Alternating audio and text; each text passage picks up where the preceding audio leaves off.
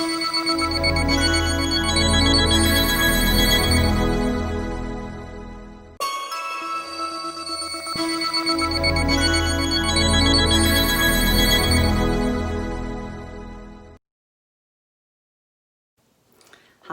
I'd like to run through some of the energies of tomorrow's full moon in Taurus. So in preparation for this, I worked on my notes the other day. You can see that, and that, and that, and that. And that's kind of how I work. And when I came to record the video today, I can't exactly remember where my mind was going with all of this. It reminded me of the Charlie on It's Always Sunny, his little Pepe Sylvia in the mailroom sort of flow chart. I really relate to that, and I pull in all of these different threads, and I should have just recorded that when I did this. So kind of coming into it at a different space, we'll see if I can find my way back into the labyrinth of my mind. I wrote, first of all, it's a full moon, a blue moon, which is just the second full moon that falls in 1 month. At the same time as this blue moon, there is red Mars up in the sky nearby the full moon. So if it's not cloudy tonight, last night I had a beautiful vision of it. So if it's not cloudy tonight or tomorrow night, you should still be able to see that.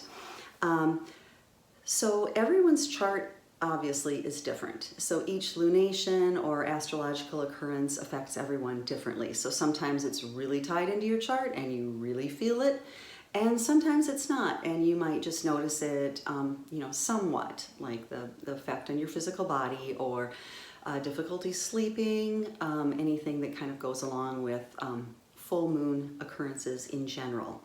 Heightened emotions is something I wrote down. At this time, Uranus is conjunct the moon, so by minutes, it's super close. So with Uranus, it breaks up stagnancy.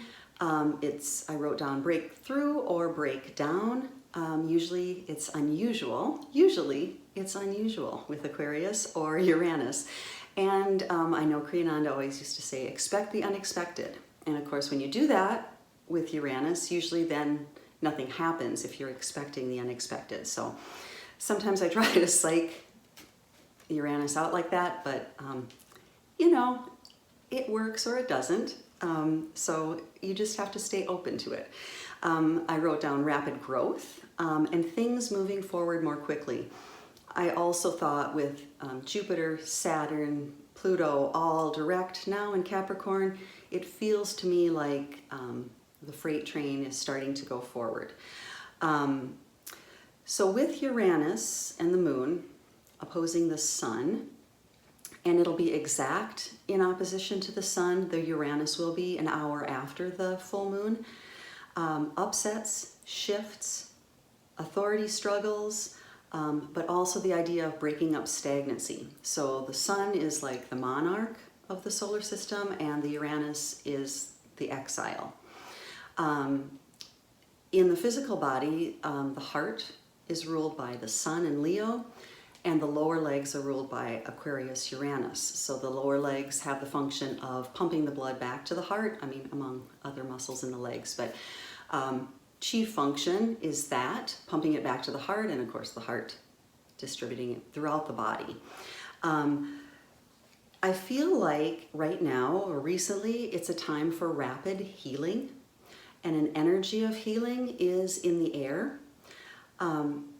It feels to me that things are being brought up in the body, almost like a re-experiencing injury or illness from a different time, so that we can, with fresh eyes and fresh awareness, feel into those injuries or illnesses and release them. Maybe you will gain a little more knowledge about the energy surrounding the injury or illness. And if not, any awareness about how it happened or why it happened, but bringing the maturity of where you are now, maturity and kindness and gentleness to that situation so that you can let it go.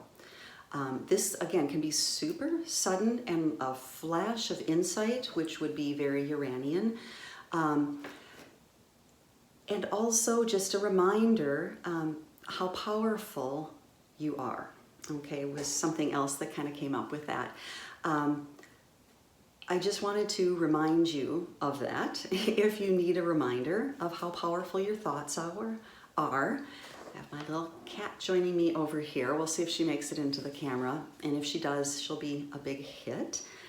And she's a black cat, so she's a great Halloween cat. There you go, you can see her back there. Anyway, so thoughts are powerful, and full moons, especially the day before a full moon, I'm hoping to get this posted in time for that, are very potent windows of healing. But just thinking with that Uranus thrown into the mix, that's super powerful, super quick insight into healing, and to remind yourself that of your own autonomy, I guess, and how no matter what's happening in the world, you have control over what's happening in here. So use your thoughts wisely, use your words wisely, and your intentions and thoughts really do make a difference. So Venus in Libra, sign she rules, she's very strong. I feel like she's really amplified. She is opposing Chiron in Aries, and it'll be exact on Sunday, November 1st. So balancing, healing energies of Venus, and Chiron is the wounded healer. And when they're working in opposition, it's really about balancing your self-worth, your self-resources, how you value yourself. And then Chiron and Aries, all about individuation and assertiveness. I'm kind of mixing that up a little bit. So Venus and Libra, also balancing with others. It's always a question of balancing in partnerships with Venus and Libra.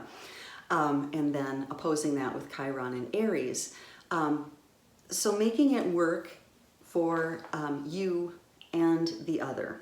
The amplification, like really seeking balance, really seeking justice, really valuing yourself in relationship with others. So Saturn, Pluto, Jupiter, still in Capricorn, now going direct, are squaring Mercury in Libra. Mercury is still retrograde, just for a few more days, thankfully. Thoughts and communications are ruled by Mercury, squaring Pluto. Powerful, okay? Or they feel powerful when the words are going to feel really powerful.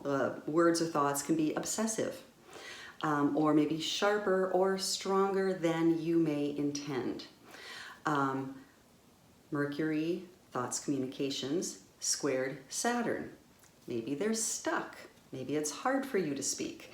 Maybe you're too critical, or maybe you feel other people are being too critical. Maybe you're being too perfectionistic with that Saturn Mercury. Maybe that feeling of the teacher and the student, or a teacher and a child feeling. And then we have Mercury, thoughts, communication, squared Jupiter. Jupiter expands everything, so maybe thoughts, communications can be profuse, bountiful, copious, or scattered. Maybe there's a lot of energy and impulsivity out there with your thoughts. So just wanted to kind of put that out there as the playing field. These are all energetic players in this lunation. Jupiter has a quintile to the sun. It's a minor aspect. It's a creative aspect. So I had written, expanding your structural base allows you to have more of a playing field for options when the Uranus might disrupt it. So Jupiter expands everything, so it kind of broadens. I kind of envisioned it as a broadening of the playing field. So when things are disrupted, it's like, oh, well, that plan's disrupted. Well, that's okay, because I see a plan over here that I hadn't thought of before, but oh wait, that's a better option anyway. And I wouldn't have thought about it if this first option hadn't kind of blown up. So anyway, so just kind of have a little faith, which is also Jupiterian. So these energies, Saturn, Pluto, Jupiter, are all at the root chakra. Neptune's at the sacral chakra. It's in Pisces. So Neptune does have another small aspect, that's the word, I'm thinking septile and aspect together, to Saturn. So it's kind of, to me, it's like an outreach. It's a serendipitous aspect. So the right thing at the right time will come in. Also, Neptune is always more of a spiritual aspect, and Saturn being your structure. Maybe it's time to restructure what you're thinking of in more of a spiritual or altruistic manner. Thinking of the energetic players at this time, again, those planets at the root chakra, Neptune at the sacral chakra, as well as the south node. Then we've got a lot happening right here at the navel chakra and then the heart chakra. So we've got Chiron and Mars in Aries. The sun is in Scorpio. So all of those three are right there at the navel chakra. In the heart chakra, we have the moon and Uranus in Taurus, and then Mercury and Venus in Libra. And then we have the north node in Gemini at the throat. And then even if I like to look at the chart in the Vedic chart for this, so just the different degrees. So then if you flip into that, the sun flips into Libra and the moon flips into Aries. And so you're still like right here at the heart or right there at the gut. So one thing I was thinking of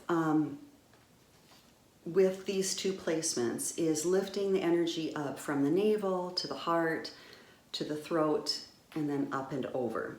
There is a breath practice you can do. Usually it's done in a reclining position, usually in the context of a yoga class. So it's a little weird to be throwing it in here. So if you do yoga, you'd have your warm-up, your standing poses, and then as you're into back bends, you could do a legs up the wall pose or a block under the sacrum. My pink paper again this week. Let's see if you can see that. So just so that the pelvis is elevated. And you think of, but you could also do this pose seated as well. But thinking of starting the pose at the navel chakra. Got another cat here. Come here. There we go. Starting the breath at the navel chakra, lifting from the navel to the heart, pausing at the throat, and then exhaling up and over the head, down the back body, pausing at the back of the solar plexus, inhaling again at the navel, bringing it up to the heart, up to the throat, pausing at the throat, exhaling up and over the head and down the back body, again pausing at the navel. If you'd like to draw some colors into this, you could start with a yellow at the navel, green at the heart center, inhale into the throat, which is a beautiful blue color. Sometimes you can envision it dark blue, sometimes turquoise, whatever works best for you. Pausing there, letting that breath cool, and then inhaling up and over into the violet and the white light and down the back body. So again, it could be yellow, green, blue, pausing and cooling, and then exhaling up and over the head and down the back body. And then after practicing that coming back to your normal breath and just allowing the breath to lift from the base of the spine up and then down the back body, pausing. So you bring yourself back to not just concentrating on those energy centers, but ground yourself back down into the root. But it's just a wonderful way to lift that energy up, pause it in the area of discernment and purification. And there's this little part of me that's like, oh man, if we could just get the whole world, or at least part of the world at any time, to lift their energies from the navel, which is great. The navel chakra is great. We need willpower. We need energy. It's just, people just really like to be stuck in the bottom 3 energy centers, as we all do at any time. So no judgment, but just lifting it up. This is just a nice little practice for that, and appropriate with all of that planetary energy kind of concentrated between those 2 points. One other thing I was just going to mention about Neptune squaring the nodes. Choosing well with your food, so watching alcohol, drugs, sugar, negativity or negative thoughts, anything that could impact the body. Neptune always has an eroding activity. Conversely, healthy foods, cleansing activities, being out in nature, music, art, spirituality, can all be super uplifting at this time, and you're a little more open to that. All right, so we're already 16 minutes in. How does this happen? The Sabian symbol for the moon and Uranus, actually, in Taurus is 9 degrees, and again, I'm using Martin Goldsmith's book this week. So the saying for that is, a homeless shelter on Christmas Day. Volunteers pass out presents while a folk musician sings a song about social justice. Descriptive phrases, telling it like it is, sincere emotional communication versus turning a deaf ear to other people's suffering. Needs and desires.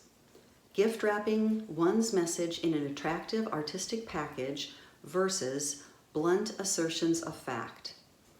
Telling people what they need to hear about their own situation, whether they want to hear it or not.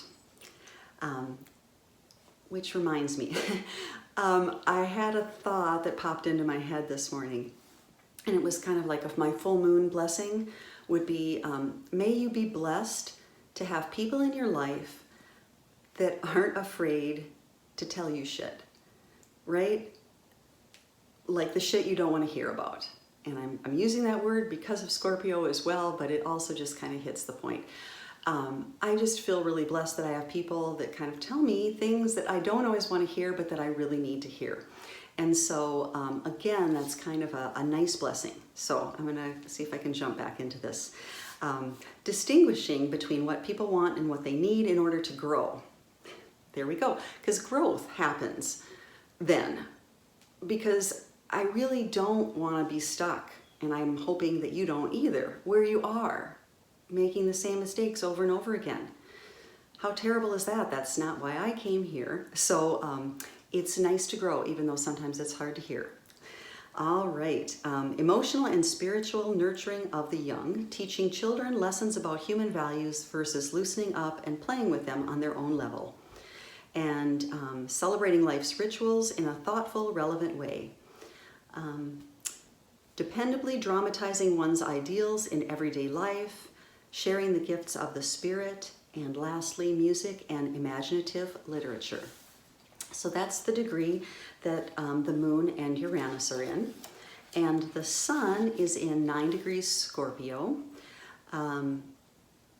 So the statement for that is, a dentist shows a patient an x-ray of his cavities before drilling and filling his teeth. The descriptive phrases for this: insistently pointing out a personal or social problem that needs immediate attention before it gets out of hand. Timely diagnosis versus frenetic stopgap remedies. Accurate and detailed observation versus reading too much or too little into a situation. Making people deal with issues they'd as soon ignore. Kind of interesting, isn't it? It's kind of on the same wavelength that way. Protecting the body politic from malign influences. Exposing and rooting out political, social, or moral corruption. Hitting a nerve. Pushing people's buttons in order to see if one's intuitions are correct. Lashing out irrationally versus clinically examining a problem's deeper roots. All right, so those are the Sabian symbols for the degrees, and just a couple other things before I close. For Taurus, there was an energy or the corresponding tarot card for Taurus, the Taurus Tarot. It always takes me by surprise because I'm always thinking it's going to be the Empress, but that's Venus. And for some reason, every time I'm always like, oh wow, it's not the Empress. It's the Hierophant, who is a counterpart of the High Priestess. And the task is a task, I knew this was going to happen today, but again, happy Halloween. A little visit from my cats, sorry about that. The task for the Hierophant is to pass down spiritual wisdom to the initiates so that they may take up their roles. Group identity, there's a sense of that, and a sense of a rite of passage. I just thought to illustrate, I thought I would do this card instead of the one that can be a little triggering, the usual depiction. So just thinking of it being more as a mentor instead of kind of that authority figure that we can associate with for guru, teacher, pope, whatever usually is depicted in that capacity or that role. So the Hierophant, passing down wisdom, uniting. This is from Stephan Hoeller's book about tarot and Kabbalah. Uniting principle of love and wisdom. This path denotes the high initiator of divine love or authentic compassion, which makes it incumbent upon the initiate to be an impersonal, all-beneficent administrator of supernal grace and power, a builder of a bridge between God and man. Which a teacher, guru, all of those things can certainly be, a mentor can certainly be in there. Many times during our lives that we seek out that type of mentorship. I've had amazing and wonderful, I've been very gifted with amazing and wonderful teachers, but there's also in that aspect the energy of you becoming your own mentor, and you being the one to bridge. And but I believe there are steps, as we all know, and mentorship can be an important one. The Hebrew letter associated with Taurus is Vav. This is from Edward Hoffman. It's a Hebrew prefix meaning and. It joins together words, sentences, ideas. Vav reveals that things seemingly separate and contradictory, such as in a conflict, can be seen to comprise a higher unity. The straight, upright form of the Vav additionally symbolizes that only when a person expresses uniqueness can a meaningful joining with others occur. And I think with Uranus in the mix for this full moon, that idea of uniqueness and embracing your inner exile, your individuality, is really important. It's kind of an idea of if you can't just put your own voice out there as it is, and put out what people want to see, or what you think they want to see, then you have that real connection. And I've spent a lot of time thinking about what people want to see for me or what they want from me. And then it's such a weird experience when someone doesn't like you. You're like, wow, they don't even like me for my fake self. Like, I'd really, really rather have them not like me for my real self. because that would be a real exchange. But conversely, then no one gets to see the real you in all of its glorious imperfections and all of its glorious perfections. So I think that's where I'm going to stop for this week. Have a wonderful full moon and a happy Halloween, and very difficult with that Neptune square the nodes to not have candy. This is kind of my Halloween free day for candy, but I think if a person goes out and does all the other healthy stuff, a little candy won't hurt. So at any rate, thank you for joining me. I'll see you again next time. Namaste.